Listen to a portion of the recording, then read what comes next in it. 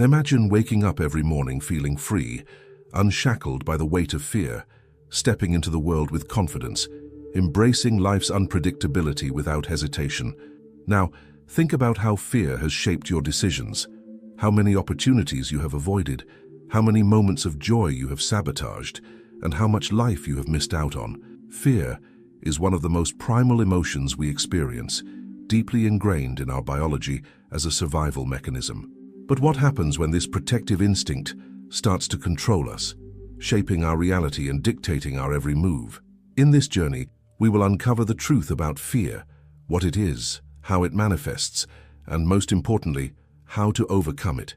We will explore the wisdom of great philosophers, the insights of modern psychology, and the power of practical strategies to help you reclaim your life. And make no mistake, the final revelation will be the most powerful of them all.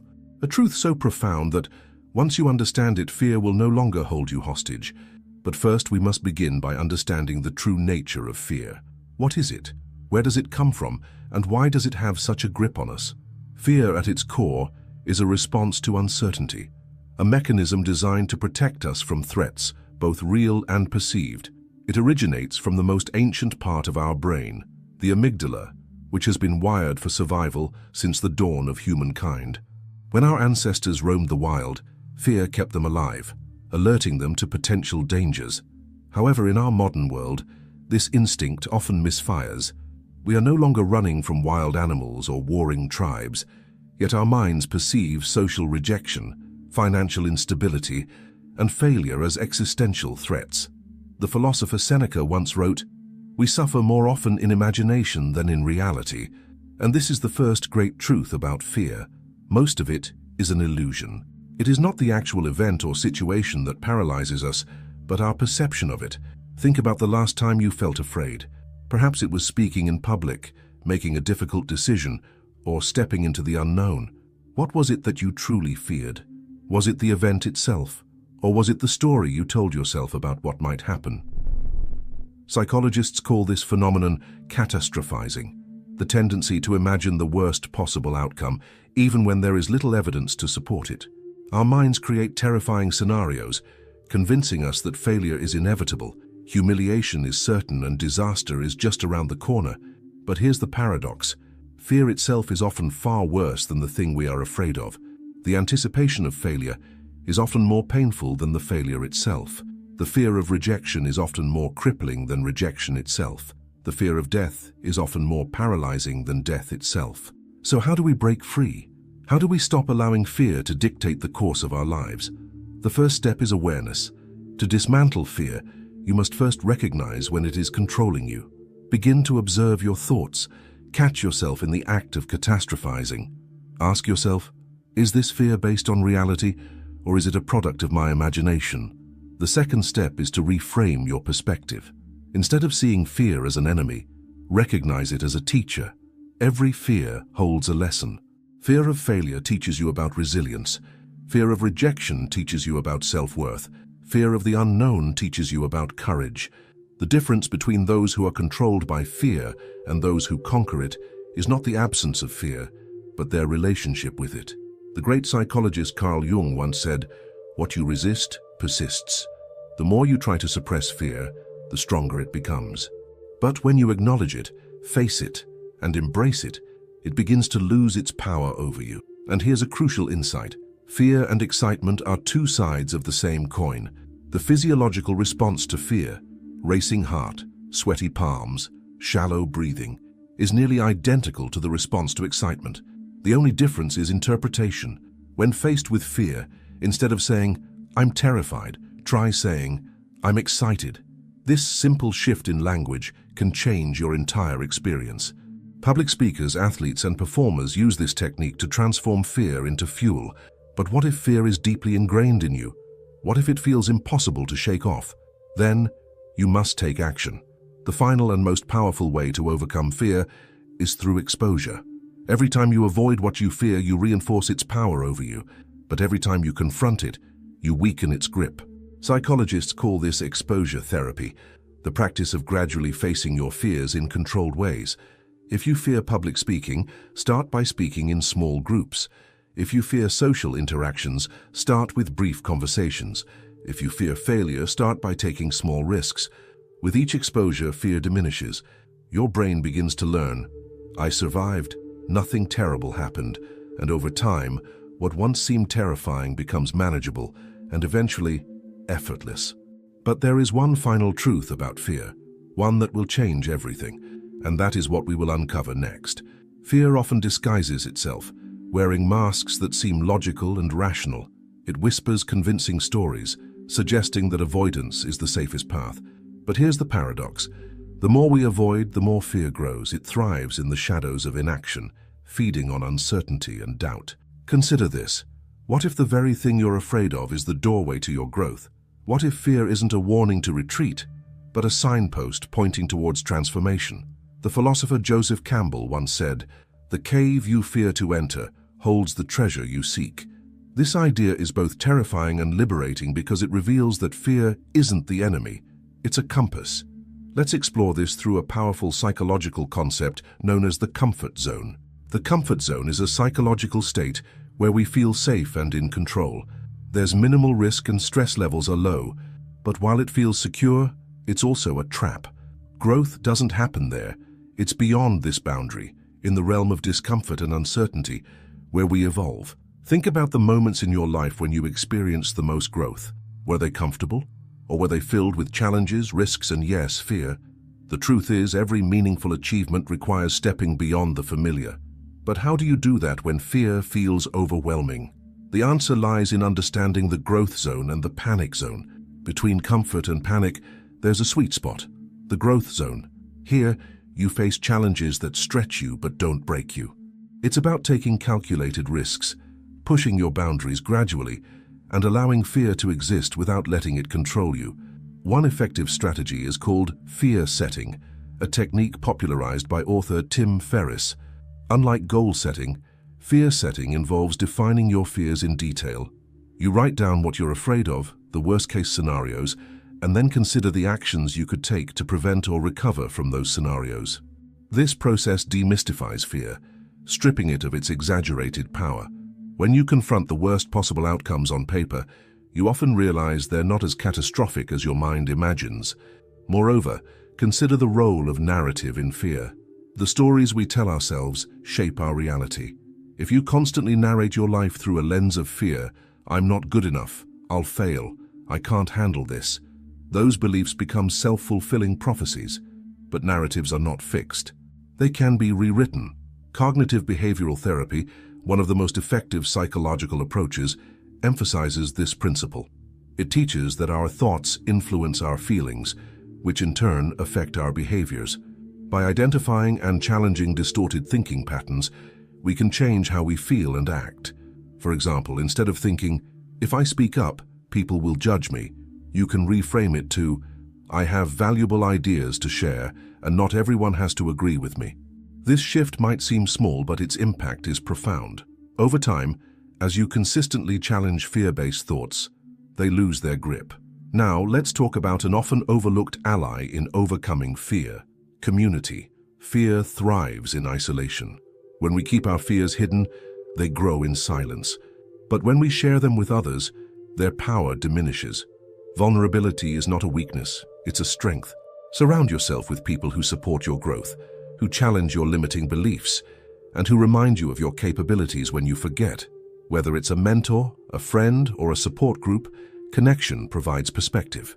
It reminds you that you're not alone in your fears. Consider the story of Rosa Parks, a figure whose courage changed history. On that fateful day when she refused to give up her seat, do you think she was fearless? Of course not. She was undoubtedly afraid. But she acted despite her fear, drawing strength from her community and her belief in justice. Courage is not the absence of fear, it's the decision that something else is more important. And here's another truth: fear is a natural part of life. It will never completely disappear. But that's not the goal. The goal is not to be fearless, but to fear less, to feel the fear and do it anyway. To help you on this journey, start by embracing small acts of courage daily. Speak up when you'd rather stay silent. Try something new even if you're unsure of the outcome. Take that first step, no matter how small, because momentum builds confidence. Reflect on this. What would you do if you weren't afraid? Imagine the possibilities, the experiences and the growth waiting on the other side of fear. But there's still one more layer to uncover, the ultimate truth about fear, the insight that transcends all strategies and techniques. A revelation that, once understood, can shift your entire perspective on life itself. What if I told you that fear is not just an emotion to be managed, but a profound teacher, a guide pointing toward the very places where your soul seeks to grow? This is the ultimate shift in understanding fear, not as an adversary to defeat, but as an ally to learn from. Think about it. Every time you faced a fear and moved through it, you didn't just survive, you transformed. You became someone new, someone stronger, wiser, more resilient. The fear was not the obstacle, it was the catalyst. This realization changes everything. The philosopher Alan Watts once said, "The only way to make sense out of change is to plunge into it, move with it, and join the dance." Fear often arises from our resistance to change, our desire to control outcomes, to cling to the familiar. But life itself is change. It's dynamic, unpredictable, and beyond our control. The more we resist, the more fear we create. The more we accept, the freer we become. Consider the story of Siddhartha Gautama, who became the Buddha. His journey wasn't about avoiding fear, but confronting the deepest existential fears, suffering, loss, and death. Through his experiences, he discovered that fear arises from attachment and the illusion of permanence. When we accept the impermanence of all things, fear loses its grip. This leads us to a transformative practice, mindfulness. Mindfulness is the art of being fully present, observing your thoughts and feelings without judgment. It's about noticing fear when it arises, naming it and sitting with it, not trying to escape or fight it, but allowing it to be there without letting it define you. When you observe fear with curiosity instead of judgment, something remarkable happens. You begin to see it for what it truly is, sensations in the body, thoughts in the mind, fleeting and impermanent. You realize that you are not your fear, you are the awareness that observes it. Modern neuroscience supports this. Studies show that mindfulness practices can reduce the activity of the amygdala, the brain's fear center, while strengthening the prefrontal cortex, responsible for rational thinking and emotional regulation. In other words, mindfulness rewires your brain, changing how you experience fear. Try this simple exercise. The next time you feel afraid, pause. Take a deep breath. Name the fear silently to yourself. This is fear. Notice where you feel it in your body. Is it tightness in your chest? A knot in your stomach? Just observe, without trying to change it. Then, gently shift your attention to your breath, anchoring yourself in the present moment. This practice doesn't make fear disappear, but it changes your relationship with it. You're no longer trapped in the story fear tells. You become the witness, the calm center amidst the storm. But awareness alone isn't enough. To truly transform fear, we must cultivate courage. And courage isn't something you're born with, it's something you build, one small act at a time. Nelson Mandela, who faced unimaginable fears during his fight against apartheid, said, "I learned that courage was not the absence of fear, but the triumph over it. The brave man is not he who does not feel afraid, but he who conquers that fear." Courage is a muscle. The more you exercise it, the stronger it becomes. Start small. Take risks that feel manageable. Celebrate every victory, no matter how minor. Each act of courage sends a powerful message to your subconscious. I am capable. I can handle this. And here's a secret. Courage is contagious. When you live boldly, you inspire others to do the same. Your courage becomes a beacon, lighting the way for those around you. But let's go even deeper. What lies beneath all fear? If we peel back the layers, fear of failure, rejection, loss, what do we find at the core? The fear of death. Not just physical death, but the death of the ego, the loss of identity, the unknown. This existential fear is the root of many anxieties, but confronting it can be liberating. Philosophers like Socrates embraced the inevitability of death, not as something to fear, but as a natural part of life. In fact, acknowledging mortality can give life greater meaning. It reminds us that our time is limited, and that's precisely what makes it precious. When you accept that everything is temporary, your fears, your successes, even your existence, you stop clinging. You start living fully, embracing each moment with openness and gratitude. This is the paradox. To overcome fear, you must face it head-on, not to fight it, but to understand it, to sit with it, learn from it, and allow it to transform you. So ask yourself, what is fear trying to teach me? What part of myself is waiting to emerge on the other side of this fear? Because here's the truth, the life you dream of is on the other side of fear. The person you're meant to become is waiting beyond the limits you've placed on yourself. And now, as we approach the final part of this journey, we will uncover the most profound revelation about fear, a truth that will not only shift your mindset, but change the way you live. What if I told you that the ultimate freedom from fear doesn't come from conquering it, but from embracing it fully, recognizing it as an integral part of the human experience? The final revelation is this: fear will always exist, but it no longer has to control you.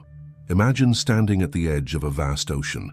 The waves represent your fears, some small and gentle, others towering and fierce. Most people spend their lives trying to avoid the waves, running from the shoreline, terrified of being pulled under. But true freedom comes when you realize that you are not separate from the ocean. You are part of it. The waves may rise and crash, but they cannot drown you because you've learned how to swim. This is the essence of fear. It's not an external force to be battled, but an inner current to be navigated. Its energy, raw, powerful, and, when harnessed, transformative. Consider the wisdom of Rumi, the great Sufi poet who wrote, "Don't move the way fear makes you move the way love makes you move." This isn't just poetic sentiment, it's a profound truth. When you shift your motivation from fear to love, from avoidance to engagement, your entire life changes. Think of fear as a signal, not a stop sign. It's an invitation to look deeper, to question, to explore. Instead of asking, "How do I get rid of this fear?" ask, "What is this fear teaching me about myself?" Perhaps it's pointing to a dream you've buried, a truth you've ignored, or a part of yourself you've yet to embrace. Take the story of Malala Yousafzai, who faced unimaginable fear in her fight for girls' education. She didn't eliminate her fear. She transformed it into a force for courage. She once said, "I told myself, Malala, you have already faced death. This is your second life. Don't be afraid. If you are afraid, you can't move forward." Her story isn't just about bravery. It's about the alchemy of turning fear into purpose. Now, let's ground this wisdom into practical steps you can carry forward. First, acknowledge your fear without judgment. Naming it gives you power over it. Instead of saying, "I am afraid," say, "I notice fear is present." This subtle shift reminds you that fear is an experience, not an identity. Second, breathe through the fear. The simple act of conscious breathing activates the parasympathetic nervous system, calming your body and mind. When fear arises, pause. Inhale deeply through your nose, hold for a moment, and exhale slowly. Feel the tension release with each breath. Third, reframe your narrative. Fear often tells stories of limitation. Challenge those stories. Instead of, "I can't do this," say, "This is difficult, but I can learn." Instead of, "What if I fail?" ask, "What if I grow?" Your words shape your reality. Fourth, take action, however small. Fear thrives on inertia. The moment you move, fear loses its grip. Action doesn't mean giant leaps. It can be as simple as making a phone call you've been avoiding, speaking up in a meeting, or trying something new. Each step builds momentum. Finally, cultivate a practice of gratitude. Fear focuses on what might go wrong. Gratitude shifts your attention to what is already good. Every day, reflect on what you're grateful for, no matter how small. This practice rewires your brain to notice abundance rather than scarcity. But beyond all these strategies lies the deepest truth. You are not broken. There is nothing wrong with you for feeling fear. It means you're alive, engaged with life, standing at the edge of growth. Fear is a sign that you care, that you're on the brink of something meaningful. So as you face the world, remember this: you are stronger than your fear. You are more than your doubts. You are the ocean, vast and deep, with waves that rise and fall, but never define you. Ask yourself, what would my life look like if I no longer let fear make my decisions? Imagine the places you'd go, the dreams you'd chase, the person you'd become. And here's the final, most powerful revelation. The life you seek isn't waiting beyond your fear. It's waiting through it. The path isn't around fear, it's through it, step by courageous step. Now I leave you with this question. If not now, when? If not you, who? The world isn't something to be feared. It's something to be embraced, explored, and lived fully. You have everything you need within you. Go live boldly. Thanks for looking.